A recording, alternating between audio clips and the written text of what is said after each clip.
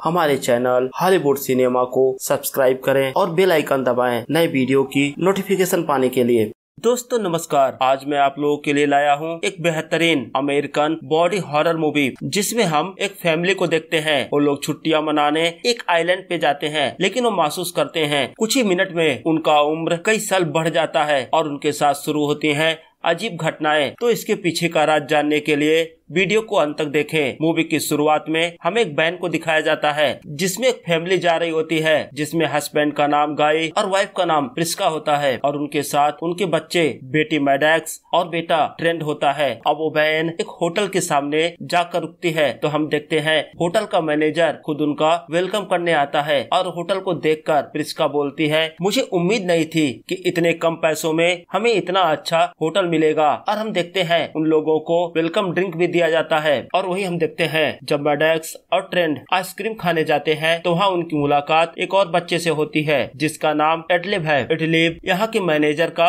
भतीजा है। हम देखते हैं वो तीनों बच्चे आपस में खेलते हैं। और वही दूसरी तरफ हम गाई और प्रिस्का को देखते हैं, दोनों होटल के कमरे में आपस में बात करते हैं। तो हमें पता चलता है कि उनका जल्द ही डिवोर्स होने वाला है। और प्रिस्का ये भी बताती है कि उसको कैंसर है और वो कुछ ही महीनों की अब मेहमान है। तो इसी वजह से उन लोगों ने आखिरी बार एक फैमिली ट्रिप प्लान किया था यहाँ घूमने के लिए। अब सीन शिफ्ट होता है और हम देखते हैं अगली सुबह जब सब लोग ब्रेकफास्ट कर रहे होते हैं, तो होटल का मैनेजर गाई और प्रिस्का के पास आता है और उनसे बोलता है कि अगर आपका आज कहीं घूमने का प्लान ना हो तो हमारे पास एक प्राइवेट बीच है जो काफी सुंदर है, लेकिन वहाँ जाने का ऑफर हम कुछ चुनिंदा फैमिली को ही देते हैं। तो अगर आप लोग चाहें तो वहाँ घूमने जा सकते हैं। भला ऐसा ऑफर कौन ठुकरा सकता था। वो लोग तुरंत ही राजी हो जाते हैं। अब थोड़ी देर बाद हम देखते हैं होटल की तरफ से उन्हें एक वैन प्रोवाइड किया जाता है और साथ ही हम देखते हैं उस वैन में प्रिस्का फैमिली के अलावा दो और फैमिली होती है, जहां हम चार्ल्स नाम के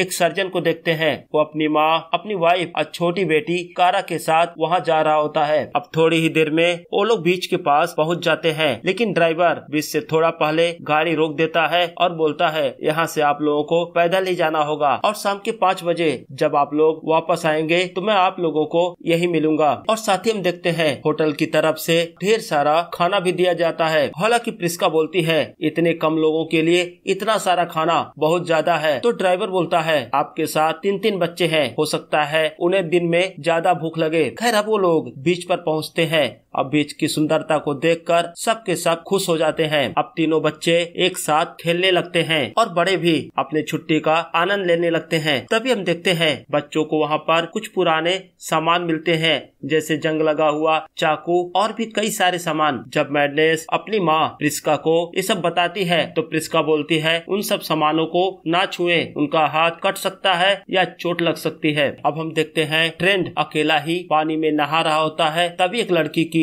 लाश बहते हुए आती है और उसके शरीर से टकराती है। लाश को देखकर वो चीखता है। उसकी चीख सुनकर सब लोग वहाँ इकट्ठा हो जाते हैं। तो वो लोग देखते हैं पानी में एक लड़की की लाश होती है। अब डेड बॉडी को देखकर सब के सब परेशान हो जाते हैं, क्योंकि वहाँ पर वो लोग छुट्टियां मनाने आए थे और इस तरह उस सुनसान जगह पर एक लड़की का डेड बॉडी मिलना बहुत ही अजीब बात थी। अब वहाँ पर सब लोगों का शक ब्रेंडन नाम के एक आदमी पर होता है, क्योंकि ब्रेंडन पहले से ही बीच पर अवेलेबल था। तो ब्रेंडन बोलता है मैंने उस लड़की को समुद्र में नहाते हुए देखा था, वो तैरते हुए आगे निकल गई, इससे ज्यादा मुझे कुछ भी नहीं पता। और वही हम देखते हैं वहाँ बच्चों को बहुत ही ज्यादा भूख लग रही होती है और वही वो लोग देखते हैं ब्रेंडन के नाक से खून बह रहा होता है। तो उनमें से चार्ल्स बोलता है शायद तुम जब लड़की को मार रहे होगे तो लड़की ने तुम्हारे नाक पर अटैक किया होगा और जिससे तुम्हें खून बह रहा है। तो ब्रेंडन बोलता है मुझे हीमोफिलिया नाम की एक बीमारी है और जिसकी वजह से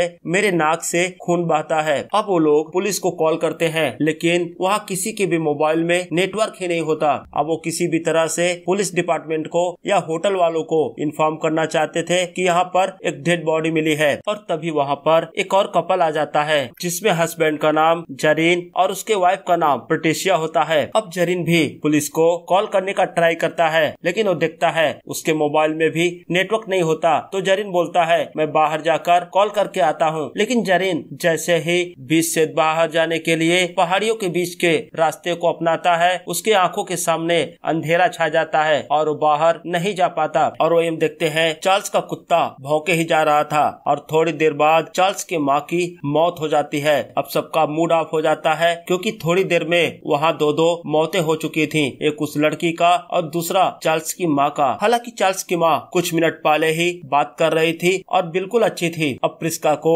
उसके बच्चों की चिंता होती है, वो अपने बच्चों को ढूंढने लगती है, लेकिन उसको उसके बच्चे कहीं दिखाई नहीं देते हैं। तभी सामने से एक लड़की प्रिस्का को माँ कह के बुलाती है। प्रिस्का उसको देखकर दंग रह जाती है। उसके सामने उसके दोनों बच्चे ही थे, लेकिन उनकी उम्र काफी बढ़ चुकी थी। मैडक्स 12 साल की थी, अब उसकी उम्र 18 से ज्यादा लग रही थी। अब वहाँ गाय भी आ जाता है, अपने बच्चों को देखकर वो भी सरप्राइज हो जाता है। तो दोस्तों कहानी में आगे हम जानेंगे कि क्यों यहाँ के लोगों की उम्र एकाएक बढ़ जा रही थी। और वहीं दूसरी तरफ हम ब्रेंडन को देखते हैं जो वहाँ से भागने की कोशिश करता है। तो चार्ल्स उसका पीछा करता है, लेकिन जैसे ही वो दोनों बीच के किनारे की पहाड़ियों में पहुँचते हैं, उनके सामने भी अंधेरा छा जाता है और दोनों बेहोश हो जाते हैं। अब वो सब मिलकर डिसाइड करते हैं कि दो का ग्रुप बनाकर वहाँ से बाहर निकलने की कोशिश करेंगे। लेकिन हम देखते हैं वहाँ से कोई भी बाहर नहीं निकल पाता। जब भी वो लोग पहाड़ियों के बीच से गुजरते हैं, उनके सामने अंधेरा छा जाता है और वो लोग बेहोश हो जाते हैं। अब हम देखते हैं चार्ल्स नाराज होकर ब्रेंडन के गाल पर चाकू से वार करता है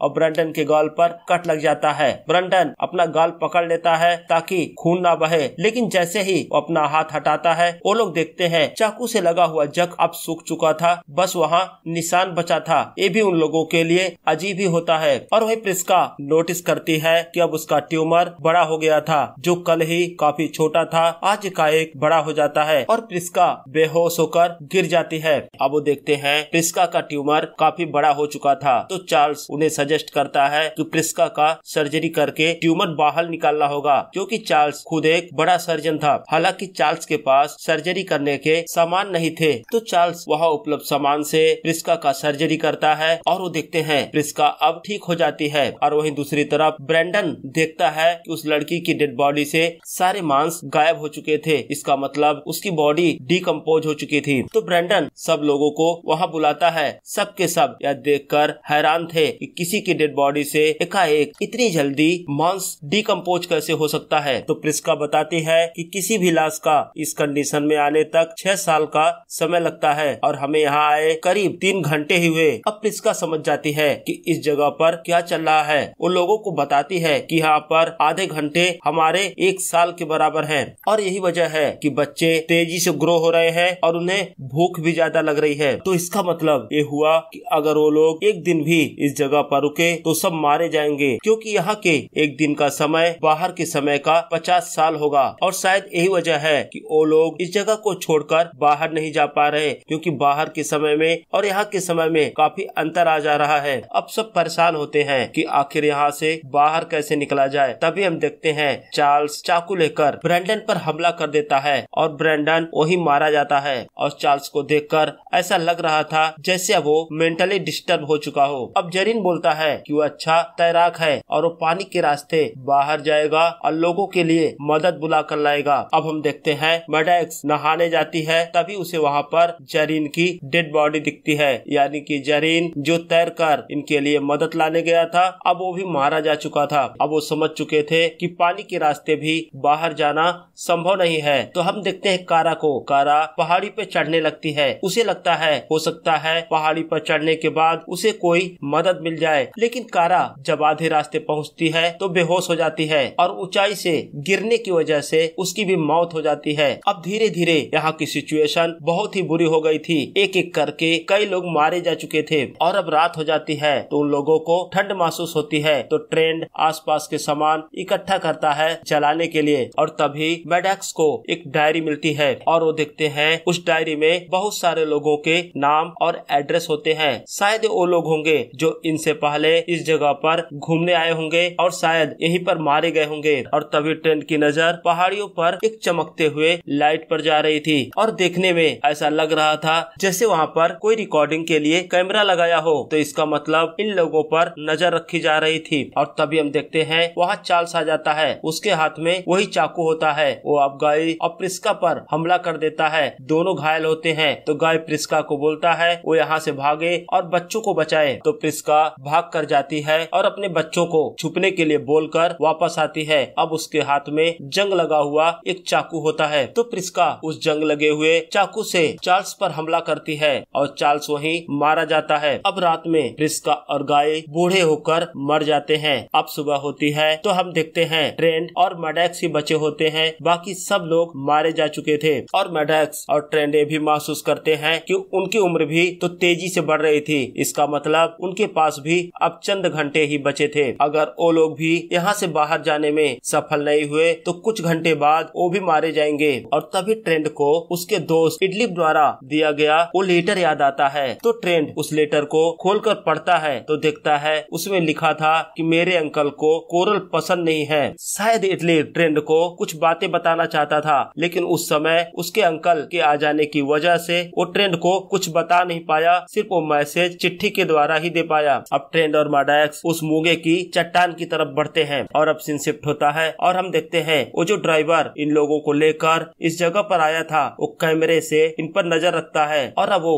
अपने बॉस को कॉल करके बताता है इस ग्रुप में आए हुए सारे लोग अब मारे जा चुके हैं। अपना ट्रायल 73 भी कंप्लीट हुआ। और अब हम देखते हैं वो ड्राइवर अपने ऑफिस पहुंचता है। वास्तव में वो ऑफिस नहीं, एक रिसर्च सेंटर होता है। तो दोस्तों अब यहाँ खुलते हैं इस मूवी के राज। ये होटल एक फार्मा कंपनी जिसका नाम वारेन एंड वारेन है उसका होता है। ये लोग दुनिया में रिसर्च करके बीमार लोगों की लिस्ट बनाते हैं और फिर इनकी टीम उन बीमार लोगों को मैसेज भेजती है, सस्ते टूर के प्लान ऑफर करती है और उसके बाद लोगों को ले आना, उनके टिकट बुक करना, होटल में स्टे करना, सारा कुछ होटल की तरफ से होता है। और जब वो लोग होटल पहुँचते हैं तो उनकी बीमारी के हिसाब से उन्हें खाना और ड्रिंक दिया जाता है और उसके बाद उन्हें उस बीच पर भेज दिया जाता है रिसर्च के लिए। वो चेक करते हैं कि जो दवा उन्होंने दिया है इंसानों पर वो शूट कर रहा है कि नहीं। और उस बीच पर नेचुरली समय तेजी से बढ़ता है तो इन लोगों को टेस्ट के रिजल्ट के लिए लंबे समय तक इंतजार नहीं करना पड़ता। वहीं अब वो बताते हैं कि मिर्गी के इलाज के लिए प्रेटिसिया पर जो दवा इन लोगों ने इस्तेमाल किया था उसका असर सही तरीके से हुआ है, क्योंकि प्रेटिसिया ने उस जगह पर करीब 8 घंटे बिताए थे तो वहाँ के 8 घंटे बाहर के समय का 16 साल हुआ। और एक बार जब इनका टेस्ट पूरा हो जाता है तो ऑनलाइन इनके हैकर्स सारा रिकॉर्ड मिटा देते हैं, यानी कि जो ईमेल्स और बाकी कम्युनिकेशन इन्होंने लोगों तक पहुंचाई थी वो सब डिलीट कर दिया जाता है और फिर नेक्स्ट टारगेट सर्च किए जाते हैं। और वही दूसरी तरफ हम देखते हैं कि अब मैडॉक्स और ट्रेंट दोनों बच गए थे। वो बाहर आते हैं और लोकल पुलिस से कांटेक्ट करते हैं और साथ ही ट्रेंट अपने साथ वो डायरी भी लाया होता है जिसमें लोगों के नाम और एड्रेस थे। अब वहाँ की लोकल पुलिस होटल पर रेड मारती है और सारे लोगों को अरेस्ट कर लेती है, उनका लैब भी सीज कर देती है और इसी के साथ ये मूवी यहीं पर समाप्त हो जाती है। तो दोस्तों कमेंट सेक्शन में हमें जरूर बताएं आपको ये वीडियो कैसा लगा और अगर अभी तक आपने मेरे चैनल को सब्सक्राइब नहीं किया है तो प्लीज सब्सक्राइब करें। धन्यवाद।